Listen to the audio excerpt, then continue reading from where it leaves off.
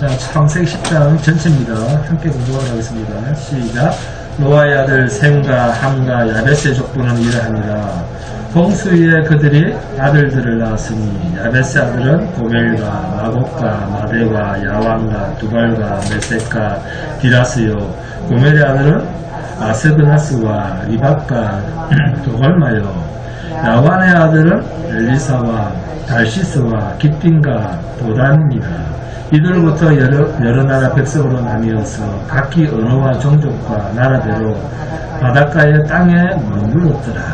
함의 아들은 구스와 미스라임과 북과 가나안이며 구스의 아들은 스바와 하일라와 삽다와 라마와 삽드가요. 라마의 아들은 스바와 데단이며 구스가 또 미므롯을 낳았으니 그는 세상의 첫 용사라. 그가 여호와 앞에서 용감한 사냥꾼이 되었으므로 속담에 이르기를 아무는 여호와 앞에 미므롯 같이 용감한 사냥꾼이로다 하더라. 그의 나라는 시날 땅의 바벨과 에렉과 아깝과 갈레에서 시작되었으며 그가 그 땅에서 아스로 나아가 니느헤와 르호보딜과 갈라와 및 니느헤와 갈라 사이에 레센을 건설하였으니 이는 큰 성읍이라. 미스라임은 루딘과 아나민과 르하민과 납두힘과 바도루신과 가슬루힘과 갑도림을 낳았더라.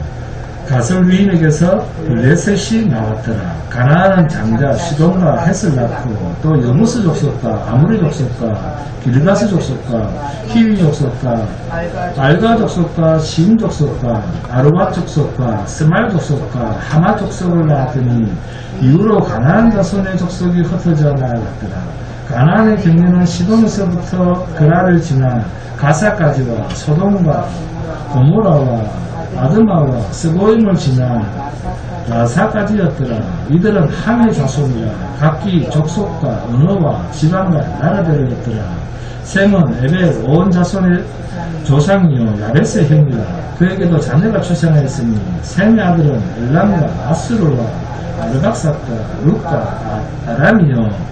아람의 아들은 우스와 훌과 게렐과 마스며 아르박사스는 셀라를 낳고 셀라는 에벨을 낳았으며 에벨은 두 아들을 낳고 하나의 이름을 벨렉이라 하였으니 그때 세상이 나뉘었으며 벨렉의 아우의 이름은 욕단이며 욕단은 알모닥과 셀렉과 하실바익과 예라와 하도린과 우살과 디블라와 모발과 아비마엘과 스바와 오빌과 하일라와 여밥을 낳았으니 이들은 다 욕단의 아들이며 그들이 거주하는 것은 메사에서부터 스발로 가는 길의 동족산이었더라.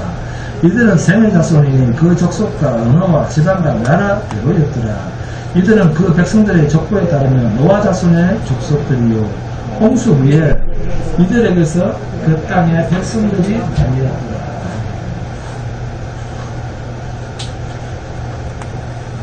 이런 데도 어렵죠?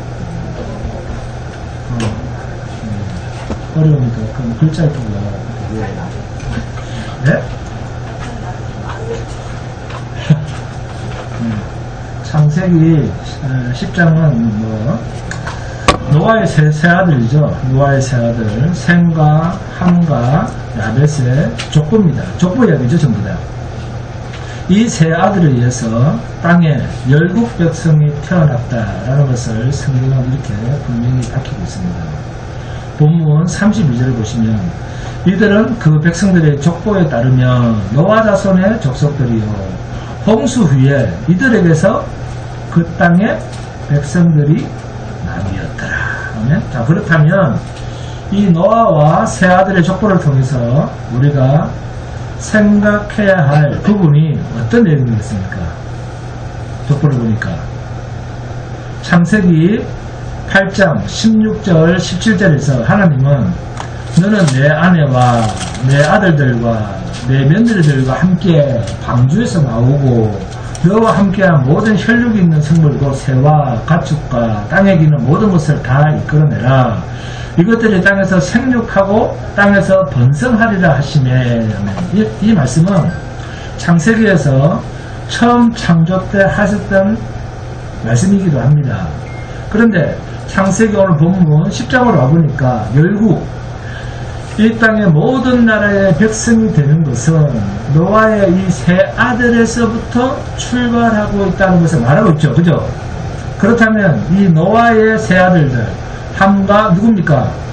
함과 셈과 야벳 이 세 아들들에 의해서 번성하고 생육하는 인간의 종족 확산 땅에 충만하고 번성하는 이러한 일들은 과연 어떤 의미를 가지는가 하는 문제입니다. 창세기 1장에서 하나님의 형상대로 하나님의 형상과 모양대로 지음받은 누구? 그렇죠. 땅에 있는 인생들에게 하나님은 뭐라고 명령을 하셨습니까? 땅을 정복하라. 땅에 충만하라. 생육하고 번성하라. 이런 말씀을 하신 하나님의 의도를 생각해 봐야 됩니다. 왜? 홍수 이후에도 생육과 번성을 하나님께서 왜 말씀을 하시는가? 단지 땅에 사람이 많아지고 자손이 많이 번창하는 그러한 족보, 인구 번창에 대한 인구들, 땅의 인간들로 단지 채울 것 같으면 홍수 심판은 좀 아니지 않습니까? 그죠? 땅에 막연하게 사람으로만 가득 채우기 위해서라면 좀 곤란하죠, 심판은. 처음부터 창세 때부터 땅의 인간들이 생육하고 번성하여 땅에 충만한 일도 단지 숫자가 많아지는 그런 의미라고 하면 아담과 하와 남자 한 사람 여자 한 사람 이렇게만 지을 이유가 없잖아요. 단지 땅에 사람이 많아지는 게 목적이라고 하면 무수히 그냥 사람을 많이 지으면 되잖아요. 창조 때부터. 자, 여기에 대한 해답이 말라기서에 있습니다. 하나님께서 땅에 충만하게 인생이 번창하고 충만하기를 원하시지만 그럼에도 불구하고 하나님의 궁극적인 이 충만의 목적이 있습니다. 무조건 사람 숫자만 많으면 되는가? 아닙니다. 자, 말라기서를 봅니다. 말라기서 2장 15절 하경을 봅니다. 말라기서 2장 15절입니다. 말라기서 2장 15절 시작. 그에게는 영이 충만하였으나 오직 하나를 만들지 아니하셨느냐? 어찌하여 하나만 만드셨느냐? 이는 경건한 자손을 얻고자 하심이라. 이게 목적입니다. 하나님께서 땅에 생육하고 번성하고 땅을 충만하게 하신 하나님의 형상과 모양에 따라 지음받은 인생이 많아지는 그 궁극적인 목적이 뭡니까? 경건한 자손을 얻기 위함이다. 경건한 자손을 얻고자 합니다. 그러니까 노아 때 하나님의 충만하기를 원했던 그 인간들을 심판할 수밖에 없었던 이유는 뭡니까? 하나님이 원하시는 경건한 자손이 있었다 없었다? 없었다는 거예요. 경건한 자손이 아닌 하나님의 말씀을 어긴 타락한 사탄의 종이 되어 있었다는 거예요. 이것을 하나님께서는 용납할 수 없었다는 것입니다. 그래서 심판을 하셨습니다. 그래서 노아와 그 8식구만 살아남았잖아요. 이것은 많이 살아남은 것이 아닙니다. 노아와 노아의 아내 그리고 세 아들과 세 자부 총 8명입니다. 이 세 아들들로부터 이 세 자부들로부터 족보를 보니까 수많은 아들들이 나옵니다. 이것 또한 어떤 의미를 가지는가 하는 것입니다. 하나님은 천지를 지으실 때 인간을 어느 날 어떻게 지으셨냐 하면 모든 만물을 6째 동안 다 지으시고 마지막 시간에 인간을 지었습니다. 이렇게 하나님이 원하시는 것들을 다 창조하시고 7째 날부터 쉬셨다. 더 이상 지으실 일이 없다. 그렇게 안식하시면서 뭐라고 하셨는가? 모든 피조물, 특히 하나님의 형상을 따라 하나님의 모양대로 지음받은 모든 인생들에게 뭐라고 하셨습니까? 일하지 마라. 일하러 오셨죠? 중간에서 일하러 오셨죠? 일하지 마라. 일하면 죽인다. 이런 명령을 하셨습니다. 네? 그러니까 처음부터 인간은 하나님이 부리실 일꾼으로 부르지 않았다는 것입니다. 일꾼용, 일만 하기 위한 일꾼용으로 부르지 않았다는 거예요. 하나님의 안식, 하나님의 기쁨, 하나님의 평강에 참여하게 하시기 위해서 하나님의 형상과 모양대로 인생을 지으신 것입니다. 일을 시키실 목적으로 지으시지 않았다는 것입니다. 하나님이 보실 때 하나님 자신이 하시던 피조물 인간이든 누구든 하나님이 계획하셨던 일에 남아있는 모자라는 부분이란 없습니다.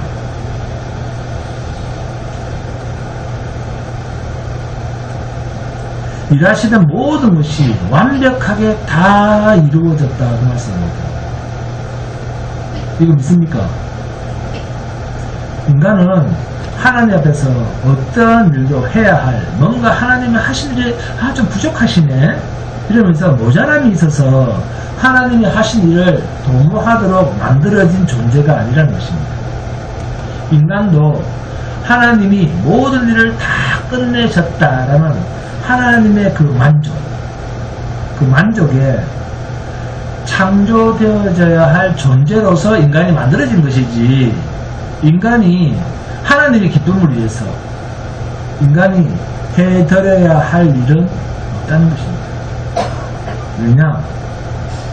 타락한 인간들은 하나님의 이름을 부르고 예수를 말하면서도 여전히 우리가 무엇을 해서 하나님을 기쁘시게 해드려야 된다.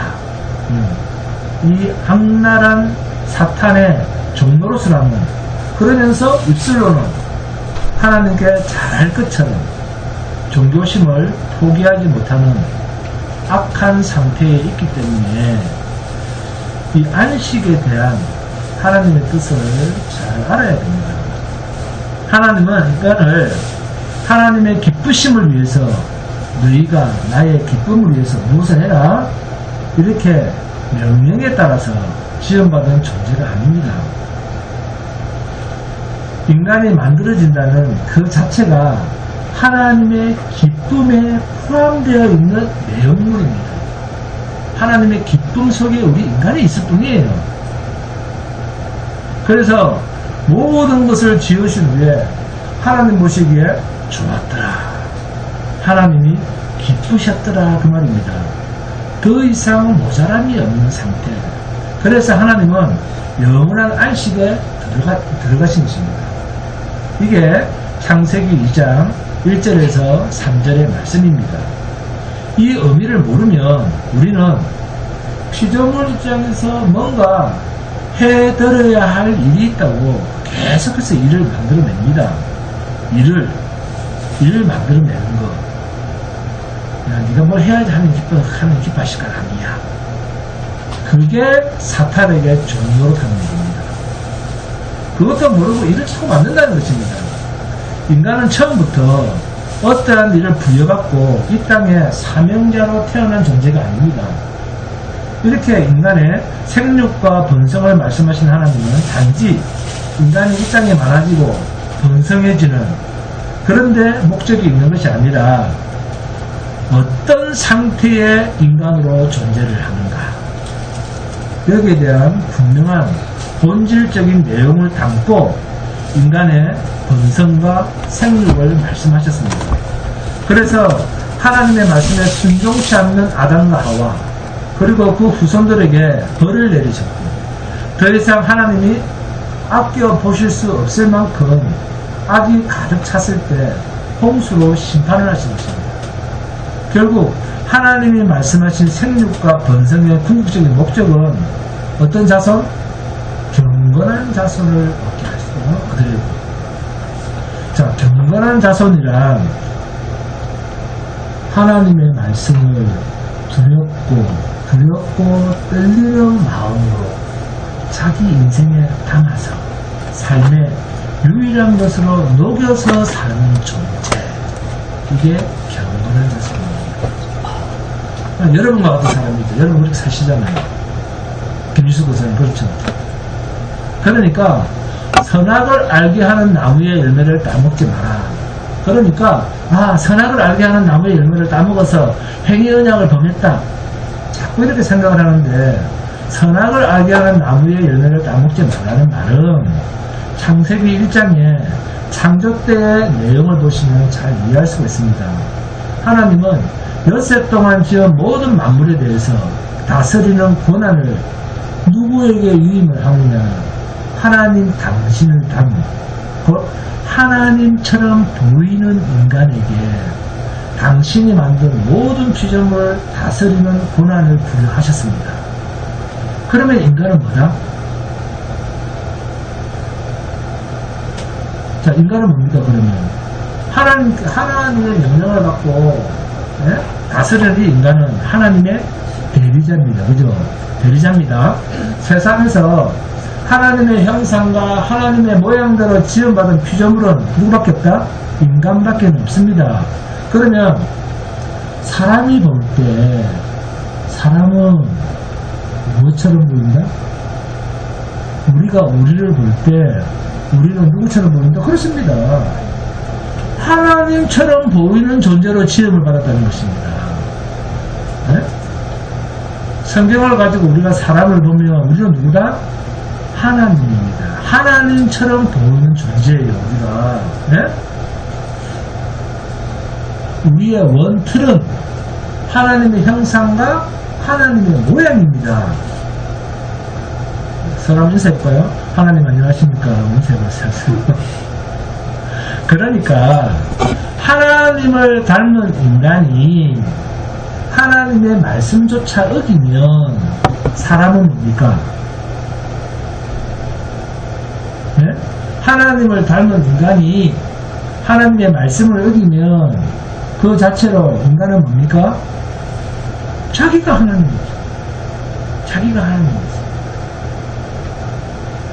그러니까 하나님께서 에덴 동산 중앙에 선악을 알게 하는 나무의 열매는 먹지 말라 라는 말씀은 행위 언약이 아니고 그것 하나로서 무엇과 무엇을 구별하셨다? 그렇죠.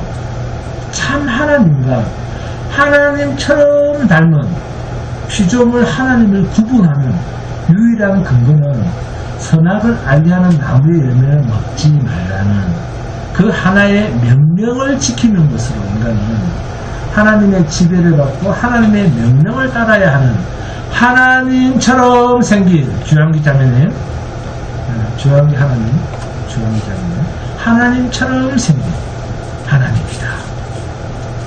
하나님처럼 생긴 인간이다. 그 말씀입니다.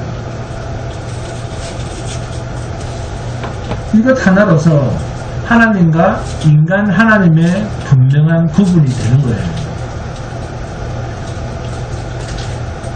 이것조차 안 지키면 인간은 뭡니까? 자기가 하나님이라니까요. 그러면 지금 이 세상은 각 개인 모두가 누굴까요? 자기가 하나님입니다. 그래서 우리가 함부로 할 수 없는 거예요. 하나님인데. 그래서 자기가 하나님이니까 뭐 한다? 자기가 다 알아서 하는 것 아닙니까? 왜? 지가 하나님이니까. 피조물의 의식이 없는 거예요. 자기가 태어나고 싶어서 태어났고 자기가 죽고 싶어서 죽는 것처럼 심지어 이렇게 죽는 것도 자기가 뭐 한다? 한강다리 위에서 뛰어내립니다. 자살하지 않습니까? 생명조차. 왜? 지가 하나님이니까. 지 생명을 지 마음대로 하는 거예요. 내가 죽고 싶다. 그럼 뭐합니까? 자살합니다. 왜? 지가 하나님이니까. 죽는 것도 누구 마음대로 죽을 수 있다? 그렇습니다. 내 마음대로 죽을 수 있다. 자기 마음대로 죽을 수 있다는 거예요. 네? 여러분, 죽고 사는 것은 사실 누구 마음대로 할 수 있습니까? 하나님만 할 수 있습니다. 하나님만. 그런데 인간이 하나님의 말씀을 어기면 그 자체로 인간이 누가 된다? 하나님이 된다. 이 말은 곧 인간이 하나님의 말씀대로 살지 않는 것은 곧 그 순간에 자기 스스로가 누가 되어 있다? 하나님이 되어 있는 거예요. 얼마나 무서운 게 인간인지 아십니까? 제 남동생은 저한테 상의도 안 하고 저지르고 자기 이름을 불렀었는데 얼마나 무서운지 아세요? 네? 무섭습니다, 인간은. 네? 정말 인간은 네? 하나님의 은혜가 없으면 배움과 정갈이에요. 응? 인간은 탁월한 존재가 아니고 가장 위험천만한 존재가 이 땅의 인간입니다. 하나님의 말씀에 길들여 살 생각이 없는 그 순간 그는 자기가 하나님인 거예요. 인간은 누구처럼 만들어진 존재다? 인간은 누구처럼 만들어진 존재입니까? 하나님처럼 만들어진 존재입니다. 중요한 인식이에요. 그러니까 하나님의 말씀을 어긴 그 순간 자기가 하나님이 되는 게 인간입니다. 그래서 선악을 알게 하는 나무의 열매는 먹지 말라. 먹는 날에는 내가 뭐가 된다? 반드시 죽으리라. 그러나 사탄은 뭐랍니까? 먹어라. 먹는 날에는 네가 뭐가 된다? 네가 하나님이 된다. 할렐루야입니까? 기분 좋습니까? 하나님이 되는 게 아니고 하나님처럼 사는 거예요. 무슨 눈이 밝아? 무슨 눈이 밝아져서? 네? 자기가 하나님처럼 할 수 있다는 거예요. 이게 선악의 눈이 밝은 나도 하나님처럼 할 수 있다. 인간의 생육과 번성은 하나님의 조건에서는 경건한 후손으로서의 번성입니다. 그러니까 하나님의 말씀에 길들여지는 인생으로 이 땅에 태어나지 않는 것은 바로 하나님 앞에서 심판입니다. 이러한 관점에서 홍수 이후에 노아의 자손에게서 생육하고 번성하라는 말씀도 동일한 관점에서 성경을 봐야 됩니다. 노아의 홍수 이후에는 하나님의 말씀을 지키느냐 아니냐가 아니라 무엇이라고요? 하나님의 은혜로 살아남고 산다는 것입니다. 노아와 그 식구들은 하나님의 은혜로 살아남은 자라는 거예요. 하나님의 은혜로 살아남은 존재다. 그러니까 하나님의 은혜로 내가 모든 불의 앞에서도 사는 거예요. 여러분, 노아는 자기의 자식들을 노아의 때 그 심판했던데도 불구하고 시집가고 장가가고 했습니까? 안 했습니까? 모든 사람들이 시집가고 장가가고 했잖아요. 그러면 노아는 자기 자식들을 시집 보내고 장가 보내고 했습니까? 안 했습니까? 네? 안 했습니까? 그렇죠. 노아 때 사람들은 시집가고 장가가고 먹고 마시고 환락 가운데 빠졌다고 말씀하셨는데 노아의 가족들도 그들과 똑같이 먹고 마시고 시집가고 장가도 했습니다. 네? 노아도 마찬가지 저 아래 세상의 풍속에 나뒹굴어져 있었던 존재였습니다. 그런데 하나님께서 그를 돌아보셨다는 거예요. 은혜를 주셨다는 거예요. 하나님께서 은혜로 그와 함께 했다는 거예요. 그럼에도 불구하고 이것이 노아가 홍수에서 살아남은 유일한 근거입니다. 여호와께서 노아와 함께 하셨더라. 이게 그냥 답인 거예요. 이게 동행입니다. 이것이 하나님의 은혜요 모든 불의함에서 용서를 하신 근거입니다. 그래서 홍수 이후에 노아 시대는 무엇이 기준이 됩니까? 하나님의 은혜 안에 있나? 하나님의 은혜 바깥에 있나? 이것으로 모든 것을 심판과 구원으로 구분을 합니다. 하는 짓은 다르다 똑같아? 홍수전이나 홍수이후는 하는 짓은 인간과 똑같습니다. 하는 짓은 똑같지만 뭐만 다르다? 하나님의 은혜가 있느냐 없느냐 이것만 다릅니다. 그러니까 홍수 이후는 하나님의 은혜로 시작이 되는 새로운 나라인 것이에요. 하나님이 용서하시고 하나님이 모든 죄악을 용서하시고 허물을 덮어주는 은혜로 시작을 하기 때문에 누구든지 하나님의 은혜를 멸시하고 하나님의 은혜를 무시하는 자는 바로 그 자체로 뭐다? 저주입니다. 저주.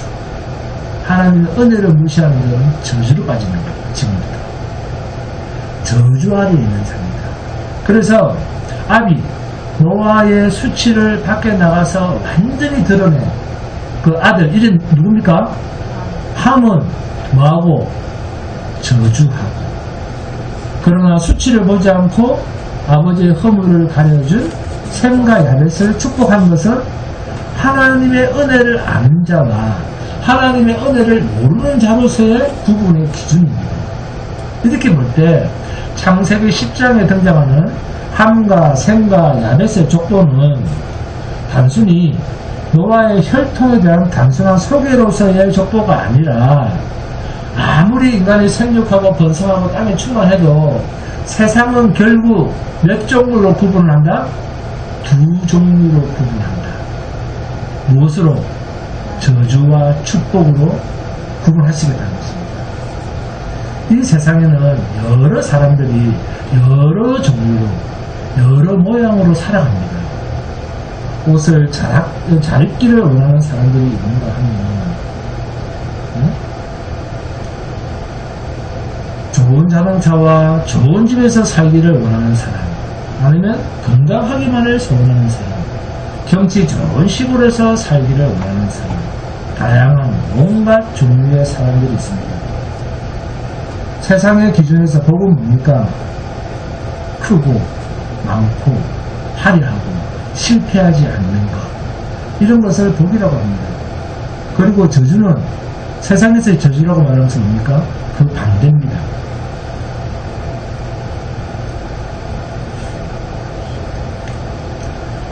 들고 큰 집에서 살다가 작은 집에서 살고 좋은 자동차를 타다가 별 볼 일 없는 작은 자동차를 타고 다니고 이렇게 되면 이것을 세상에서는 뭐라 그럽니까?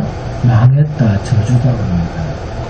그렇게 생각합니다. 그런데 성경은 그런 것을 기준으로 삼지 않습니다. 많고 적음으로 축복과 저주를 구분하지 않습니다. 인간이 보는 기준으로 축복과 저주로 나누지 않습니다. 하나님이 말씀하시는 복과 저주는 간단합니다. 하나님이 기준하시는 복과 저주의 기준은 단 하나입니다. 하나님 안에 있는가, 하나님 밖에 있는가. 이것으로 하나님은 복과 저주를 나눕니다. 이 나눔은 영원한 나눔입니다. 하나님의 은혜를 아는 자를 복이 있는 자라고 말씀드립니다. 하나님의 은혜를 모르는 자를 망한 자라고, 멸망받을 자라고 성경은 그렇게 설명합니다. 이것이 창세기 10장에서 나타나는 족보 이야기입니다. 우리는 돈이 많은가 적은가, 세상에서 성공했는가 아닌가, 이것으로 평가를 하는데 하나님의 복과 저주의 기준은 뭡니까? 하나님의 은혜 안에 있는가, 바깥에 있는가, 이것뿐입니다. 본문 8절입니다. 구스가 또 니므롯을 낳았으니 그는 세상의 첫 용사라. 세상의 첫 용사가 등장합니다. 나왔습니다. 히브리어로 깃보르입니다. 깃보르. 강력한 자, 용사라는 뜻입니다. 그런데 이 구스는 누구의 아들입니까? 함의 아들입니다. 함의 손자가 니므롯입니다. 여러분, 하나님으로부터 저주를 받은 가문, 함의 가문에서 손자가 용사라는 이름으로 탄생하고 있습니다. 이것을 세상적으로 표현하는 건 뭡니까? 복 중에 복 아닙니까? 가문의 용사, 영웅이 태어났습니다. 이게 보통 복입니까? 그런데 문제는 저주받은 가문에서 태어났다는 것입니다. 함의 가문, 함의 손자입니다. 여러분들 잘 아시다시피 이 세상은 힘있는 자, 곧 용사, 영웅이 이 세상을 움직이고 있습니다. 이 힘이 중심이 되는 용사가 힘을 쓰는 이런 것은 하나님의 은혜로 사는 것과는 반대 이야기입니다. 왜요?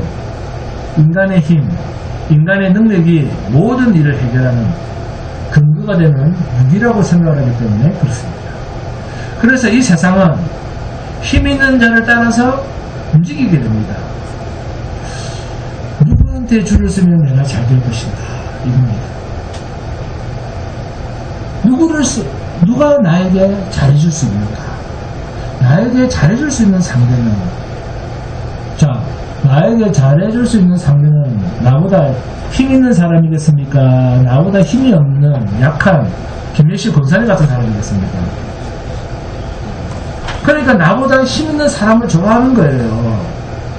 그러나 이렇게 세상 힘을 따라 사는 것은 하나님의 은혜 안에는 살지 않겠다는 그러한 의식을 추구하는 자들의 방식입니다. 하나님의 은혜는 힘과 반대되는 자리에 있습니다. 요한일서 2장 15절 16절입니다. 이 세상이나 세상에 있는 것들을 사랑하지 말라. 누구든지 세상을 사랑하면 아버지의 사랑이 그 안에 있지 아니하니 이는 세상에 있는 모든 것이 육신의 정욕과 안목의 정욕과 이 생의 자랑이니 다 아버지께로부터 온 것이 아니요 세상으로부터 온 것이라. 이 말씀은 세상과 하나님의 나라는 반대되는 의미로서 하나님께서 쓰시는 말씀입니다. 하나님으로부터 오는 것, 이것이 은혜인데 세상은 이것을 원치 않는다는 거예요. 자신이 하나님이 되어서 살아가야 되기 때문에, 또 자기가 하나님이 된다는 말은 자기가 모든 권세를 다 쥐고 가지고 있어야 된다는 것이기 때문에 결국 힘을 추구할 수밖에 없습니다. 이게 세상의 논리입니다. 그래서 하나님의 은혜를 무시할 수밖에 없죠. 왜? 내 주님을 믿는데. 하나님의 은혜라고 말은 하는데 실상은 자기가 생각하는, 자기가 그림을 그리고 있는 하나님의 은혜지, 성경이 말하는 하나님의 은혜는 아니잖아요. 이것이 함의 후손에게서 나타납니다. 내가 힘을 가졌는데 하나님이 필요한 사람이란 말이죠. 내가 힘이 있으면 하나님이 필요 없습니다. 여러분이 건강할 때는 건강해 주셔서 감사합니다 이렇게 합니까? 그거랑 똑같은 거예요. 내가 힘을 가졌을 때는 하나님을 원치 않습니다. 은혜가 아닌 인간 스스로의 힘을 과시하는 것이 용사입니다. 이것이 하나님의 은혜와 반대되는 성경적 개념입니다. 이런 의미에서 함의 후손에서 용사가 태어났다는 성경의 이 조건은 은혜가 담겨있지 않은 자에게서 나타나는 인간이 추구하는 모습의 결정체라고 하는 의미로서 성경에 기록되어 있습니다. 이 자체가 하나님의 저주 아래에 있는 모습입니다. 그러니까 세상에서 우리가 잘 되겠다라고 하는 것이 하나님의 저주 안으로 들어가는 모습과 일치할 수 있다라고 하는 경계심을 가져야 됩니다. 우리는 이것이 오히려 하나님으로부터 복받은 인생인 것처럼 생각을 한다는데 오히려 시각성이 있습니다. 하나님의 은혜 안에 있는 자는 시편 23편 4절 말씀처럼 내가 사망의 음침한 골짜기로 다닐지라도 해를 두려워하지 않을 것은, 해가 없는 것이 아닙니다. 해가 없는 게 아니라 죽음의 골짜기를 걸어갈 수밖에 없는 자라는 것입니다. 그런데도 두려워하지 않는 것은, 여기서도 하나님은 우리를 지키시는 목자이시기 때문에 주께서 나와 함께 하시니라. 주의 지팡이와 막대기가 나를 안위하시나이다. 내가 살아있고 영원히 살 수 있는 근거는 나를 지키시는 하나님의 힘에 의해서지, 내 스스로 가진 힘에 의해서 내가 목숨을 부지할 수 있고 영원한 생명까지 유지할 수 있는 것이 아니라는 것입니다. 이것이 시편 23편의 다윗의 고백입니다. 여호와가 나의 목자라는 것입니다. 여호와가 내 인생을 지키시는 목자라는 것입니다. 오늘 함의 후손에서 용사가 등장하는 것은 이 세상이 하나님의 은혜 바깥에 있는 저주받아야 할 자들이 이 세상에서 어떤 세계를 이루고 어떤 모습으로 존재하는가를 보여주고 있습니다. 본문 10절에서 14절 그리고 19절에서 10절입니다. 함께 읽어봅니다. 용사 니무롯이 확장해 가는 어떤 지경에 대해서 쭉 나옵니다. 시작. 그의 나라는 시나이 땅의 바벨과 에렉과 아깝과 갈레에서 시작되었으며 그가 그 땅에서 아수르로 나아가 니느웨와 르호보딜과 갈라와 및 니느웨와 갈라 사이에 레셀을 건설하였으니 이는 큰 성읍이라. 미스라임은 무딘과 아나민과 르합인과 납드힘과 바드루심과 가슬루힘과 갑드림을 낳았더라. 가슬루힘에서 블레셋이 나왔더라. 자, 그런데 본문 19절 봅니다.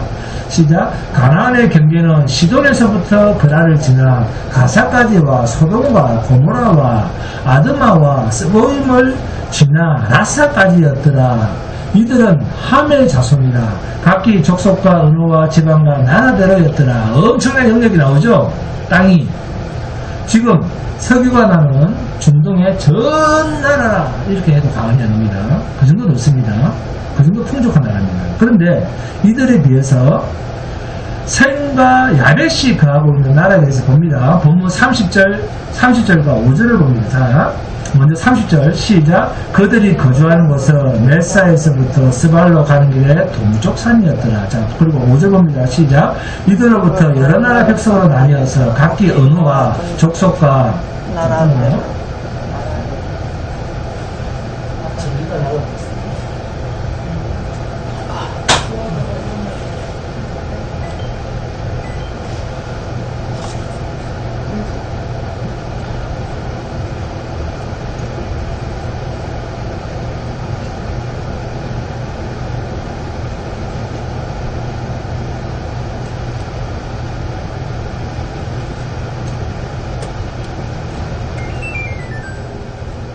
정리가 나와버렸어요.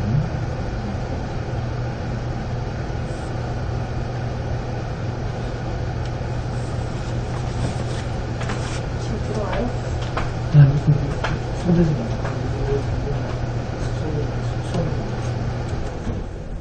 에어컨 때문에 전기가 나가버린 것 같아요.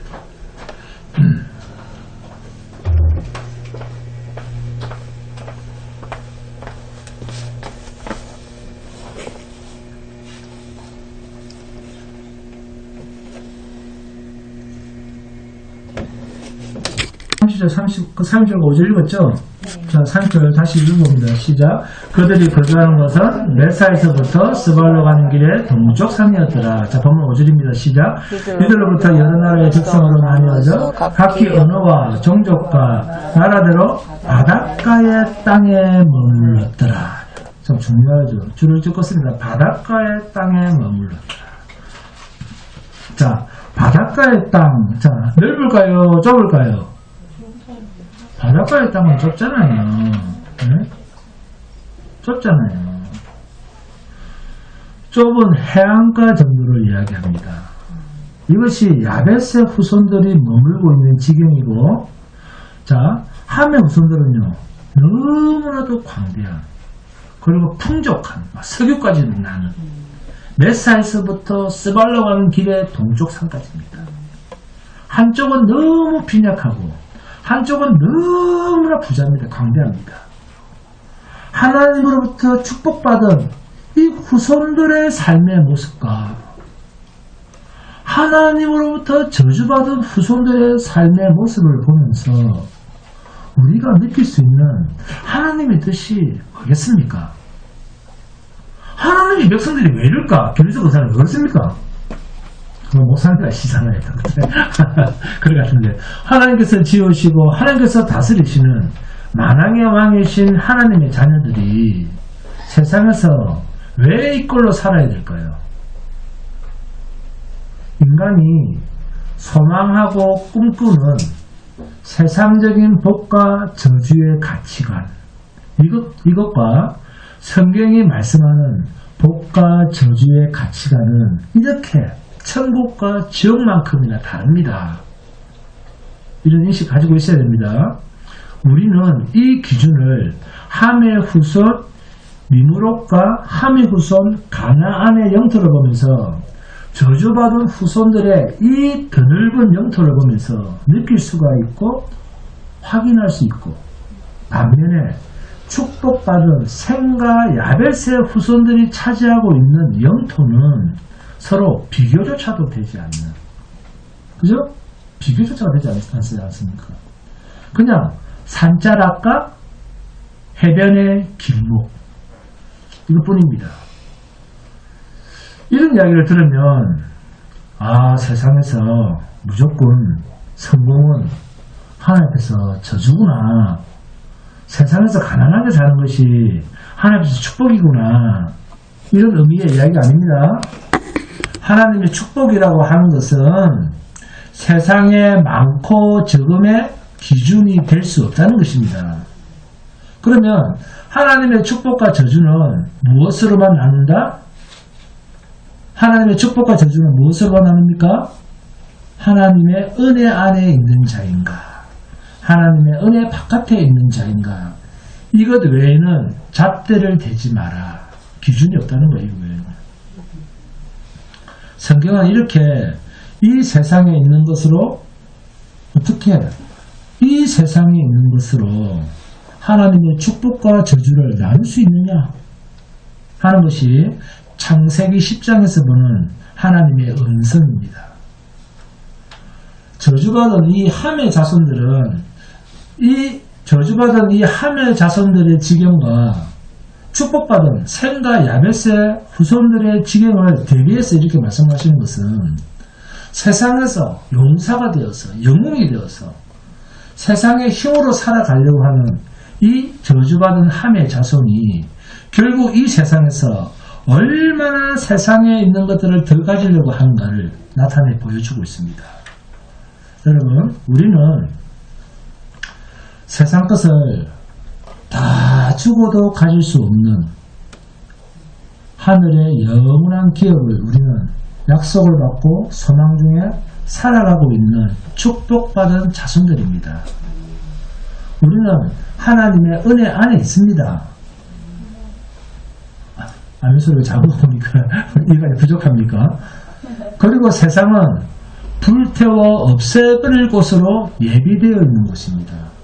진정 하나님의 은혜를 알고 살아가는 것이 이 세상 것들을 다 가지고도 저주 안에 있는 저들보다는 훨씬 행복한 게 저희들입니다. 성도는 이 세상의 소유를 위해서 사는 자가 아닙니다. 하나님의 명을 받고 얼마간 땅에 우리를 있게 하신 것입니다. 그래서 성령이 일하시면, 성령이 임하시면 너희가 권능을 받고 하는 이 말씀을 주신 거예요. 이 성령이 우리 안에 오셔서 거룩한 권능이 임해지는 이유가 세상에서 잘되는 용사가 되는 그런 것이 아니라 그리스도 예수를 증거하고 그의 증인이 되는 순교자적 삶을 사는 데 필요한 권능입니다.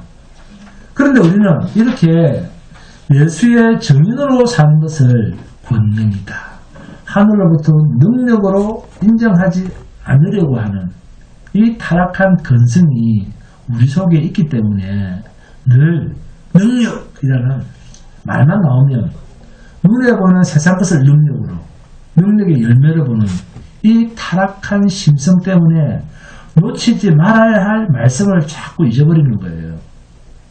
우리의 욕심이 하나님이 말씀하시는 축복과 늘 충돌을 일으킵니다. 인간이 생각하는 욕심에 대한 기도, 그 욕심에 대한 소원, 하나님 이거 꼭 좀 들어주세요, 이렇게 해주세요. 이 기도, 이 소원에 하나님의 말씀은 단 한 번도 그런 인간의 욕심에는 하나님이 응답해 주신 적이 성경에는 없습니다. 그렇다고 하면 우리의 욕심은 버려야 할 것 아닙니까? 우리 안에 일어나는 갈등의 근원이 우리의 욕심에서 시작되었다고 하면 이것을 없애버려야 됩니다. 그래서 바울은 우리의 정과 욕심을 뭐하고? 십자가에 못 박고. 인간의 욕심은 십자가에 못 박고. 여러분의 모든 욕심은 어디다 박아? 십자가에 못 박고. 라는 이야기는 우리는 할 수 있습니까? 없습니까? 인간인 우리는 할 수 없다. 그래서 누가 오셨다? 성령이 오셨다. 그래서 우리는 성령께 의지할 수밖에 없다. 그런 뜻입니다. 그래서 갈라디아서 5장을 보시면 성령의 소욕과 육체의 소욕은 반대된다 라고 이야기를 하시면서 육체의 소욕은 우리가 일으키지만, 자, 육체의 소욕은 누가 일으킨다? 내가 일으키지만, 욕심은 내가 부립니다. 욕심은 내가 부리지만 성령의 소욕은 성령이 일으켜서 일어나는 일이기 때문에 여기서 나타나는 열매가 성령의 9가지 열매입니다. 그래서 성도 안에 찾아오신 성령이 일하셔서 이 육체의 소욕, 인간의 욕심을 잠재우고 하나님의 소욕을 담아서 하나님의 뜻을 이루시려고 하는 것입니다. 이 일 때문에 성령이 오셨습니다. 그러니까 성령은 인간의 욕심을 성취시키시려고 오신 것이 아니라 하나님 당신의 뜻을 이루기 위해서 우리 안에 찾아오신 거예요. 그래서 성령은 하나님 나라에 갈 때까지 어디로 가느냐, 어디로 나아가느냐 하면 그 사람이 날로 후패해져 가는 그것을 소원하면서 살아가는 것입니다. 육체가 있는 한, 우리 육체는 뭡니까? 우리 육체가 뭐예요? 죄를 담아놓는 그릇입니다. 이게 육체의 소욕입니다. 그래서 죄를 십자가에 못 박아야 하는 것입니다. 세상은 강한 자, 곧 용사가 중심이 되어서 살아가는 것입니다. 그런데 이 배후에는 뭐가 있을까요? 사탄이 있습니다. 그래서 이 세상을 어떤 나라라? 사탄의 나라라, 뱀의 나라라, 정갈의 나라라, 마귀가 권세 잡은 곳이라고 부릅니다. 하나님의 나라와 마귀의 나라의 다른 점이 뭘까요? 하나님의 나라와 마귀 나라의 싸움에서 결국 하나님의 나라의 승리로 이 세상은 불심판으로 끝날 것입니다. 사탄은 우리가 죽을 때까지, 천국 갈 때까지 필연적으로 있을 수밖에 없는 이 세상을 동원해서 세상을 나그네로 살아가는 신자들을 잠시라도 쉴 새 없이 우리를 유혹합니다. 이 세상을 보면서 불만을 가지게 합니다. 이 세상을 보면서 우리의 부족을 느끼게 합니다. 이 세상을 보면서 세상에 미련을 두도록 유혹을 합니다. 그런데 이러한 유혹을 이기는 것은 예수 그리스도, 오직 말씀밖에 없습니다. 예수님께서 40일 동안 성령에 이끌려서 금식을 하셨습니다. 40일 금식해보신 분 계십니까? 네? 이 자리에 없어요. 정말로 배가 고픈, 죽음에 이르는, 정말 이 세상에 가진 모든 힘이 빠진 상태, 이제는 죽음 외에는 기다릴 게 없는 그런 절박한 순간에 마귀가 유혹을 합니다. 예수님을. 생존을 택할 것인가, 아니면 생명을 위해서 살 것인가. 이 기로에서 생존을 택할 것 같으면 마귀의 3가지 조건을 들어줘야 됩니다. 기가 막히게 좋은 조건입니다. 어떤 조건입니까? 네? 김희석 권사님, 어떤 조건이었어요? 마귀가 예수님께 내게 절하라. 얼마나 간단합니까? 돈 달라는 것도 아니고 절하라. 절만 하면 이 만국을 너에게 다 줄게. 김희석 권사님 한다 안 한다? 그러나 하나님과 함께 영원한 생명으로 살아야 되는 것과 비교할 때 그것은 아무런 의미가 없는 것입니다. 사탄이 득세하는 세상에서 나그네로 살면서 영원한 나라에 대한 하나님 나라의 승리를 바라보는 믿음의 사람이라고 하면 오직 하나님 한 분만으로, 오직 그분 이외에는 경배할 자가 없고 예수 이외에는 두려워할 것이 없고 예수님 말씀 외에는 순종할 데가 없다는 이 사실을 알고 사는 자, 이것이 하나님 나라에 속한 성도의 세상 속의 성도의 삶 아니겠습니까? 이 마음으로 사탄이 다스리는 세상을 예수로 이기고 사는 복된 성도가 되시기를 주님의 이름으로 축원드립니다.